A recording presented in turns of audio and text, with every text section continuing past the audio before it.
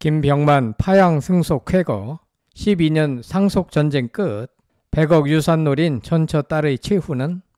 안녕하세요. 성창일TV 구독자 여러분, 여러분의 활력소 성창일입니다. 자, 오늘은 아주 속 시원하고 통쾌한 소식을 들고 왔습니다. 우리에게 늘 웃음과 감동을 선사해주던 개그맨 김병만 씨에게 정말 기쁜 일이 생겼는데요. 바로 길고 길었던 파양 소송에서 드디어 승소했다는 소식입니다. 그런데 말이죠, 여러분. 이 파양 소송이 무려 3번이나 진행됐다는 사실 알고 계셨나요?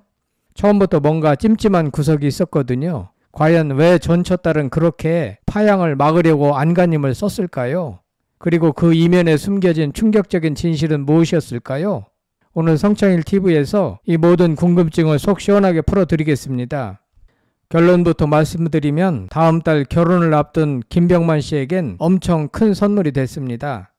왜냐하면 전처 딸은 김병만 씨의 호적에서 영구적으로 파내짐으로써 나중에 유산을 상속하지 않아도 괜찮게 된 것입니다. 수십억 원의 유산이 피 한 방울 섞이지 않은 전처 딸에게 넘어갈 염려가 원천적으로 제거된 것입니다. 어쨌거나 본론으로 들어가 더 자세히 말씀드리도록 하겠습니다. 첫 번째 이야기, 겹경사 김병만 드디어 법적으로 남남이 되다. 우리 병만 족장님은 지난 2010년 7살 연상의 전처와 혼인신고를 하면서 전처의 딸을 친양자로 입양했습니다. 친양자라는 건 법적으로는 친자녀와 똑같은 권리와 의무를 갖는 관계를 말합니다. 김병만 씨는 남들이 볼 때 전처 딸을 친딸처럼 아끼고 사랑했죠. 하지만 결혼 10년 만에 파경을 맞으면서 문제가 불거지기 시작했습니다.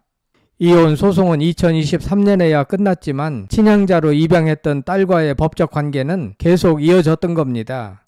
그래서 김병만 씨는 딸에 대한 파양 소송을 제기했는데 이게 2번이나 기각이 됐습니다. 여러분이라면 이런 상황 어떻게 생각하시겠어요? 얼마나 답답했을까요? 자, 여기서 잠깐 왜 파양이 쉽게 인정되지 않았을까요? 바로 친양자 파양 요건이 매우 엄격하기 때문입니다.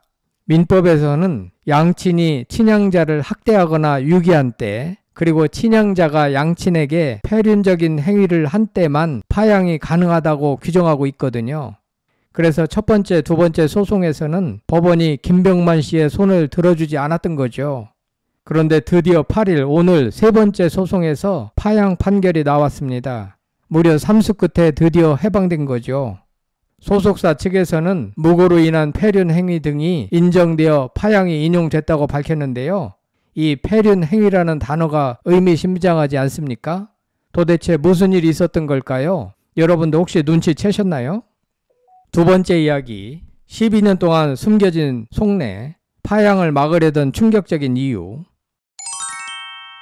이쯤 되면 궁금하실 겁니다. 딸은 왜 그렇게 필사적으로 파양을 막으려고 했을까요? 겉으로는 아버지를 사랑한다고 했지만 그 이면에는 다른 속내가 있었던 것으로 보입니다.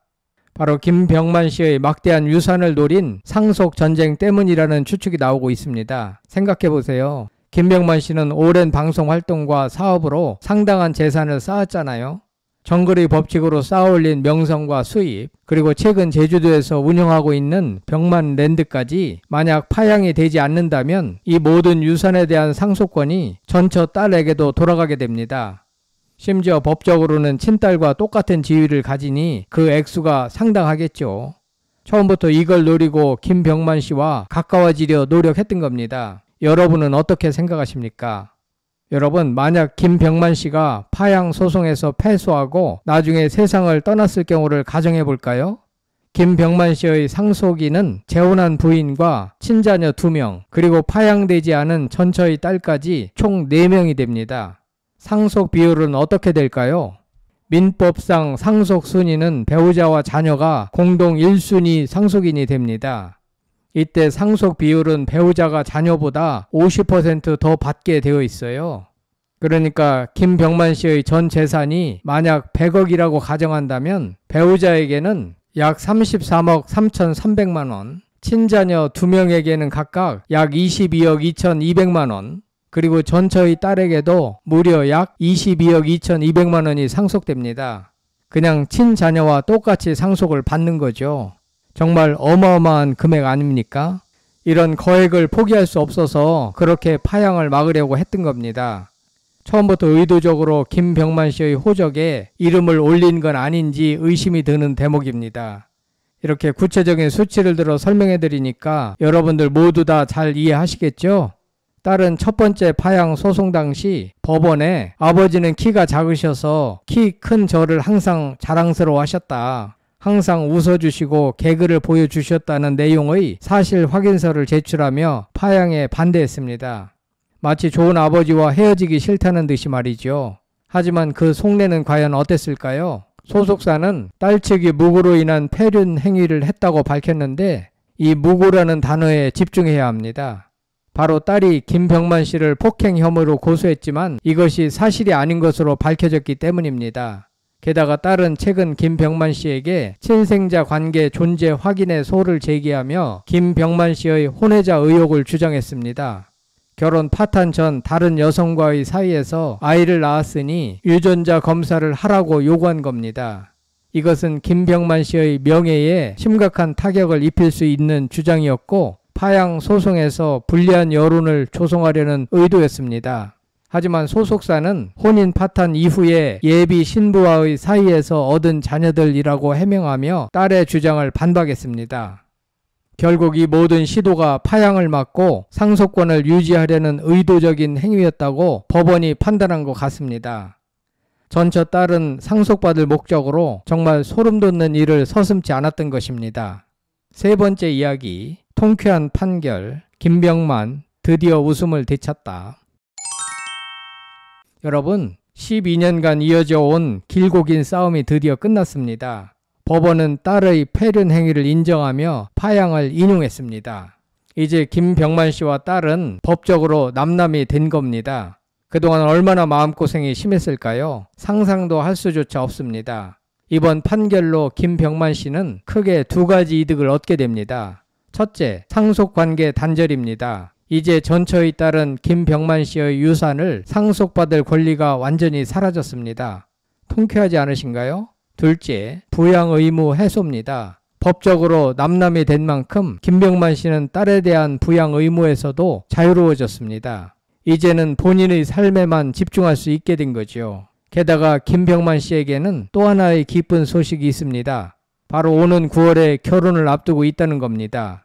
예비 신부와의 사이에서 이미 두 아이를 얻었다고 하는데요. 이 아이들은 김병만 씨가 재혼과 동시에 정식으로 가족으로 맞이하게 될 겁니다. 사랑하는 사람과 새로운 가정을 꾸리고 그동안의 마음고생을 씻어낼 수 있게 된 거죠.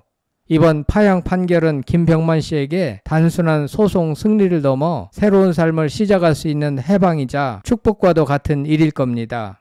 우리에게 늘 웃음을 주던 김병만 씨, 이제는 본인 스스로 행복한 웃음만 가득하길 성창일TV가 응원하겠습니다. 여러분도 함께 축하해 주시길 바랍니다. 오늘 법원의 파양 판결은 정말 잘된 것입니다. 여러분, 제가 오늘 말씀드린 거 다들 이해하시겠죠? 이제 다음 달 서울에서 결혼식을 올리고 이미 생긴 두 자녀와 그리고 사랑하는 아내분과 행복한 삶을 사시면 될 것 같습니다. 사실 김병만 씨는 지금까지 온갖 고생을 해오셨고 특히나 전처와 같이 사악한 여성을 만나 많은 돈을 날리는 등 실제로는 사기를 당한 것이었습니다. 이젠 행복한 일만 가득하길 진심으로 바라겠습니다. 오늘 영상은 여기까지입니다. 오늘 영상 어떠셨나요? 이토록 통쾌하고 가슴 벅찬 소식 앞으로도 성창일TV가 발빠르게 전해드리겠습니다. 아직도 구독 안 누르신 분들 많으시죠? 지금 바로 구독 버튼과 좋아요 꼭 눌러주시고요. 다음 영상에서 더 재미있는 이야기로 찾아뵙겠습니다. 감사합니다.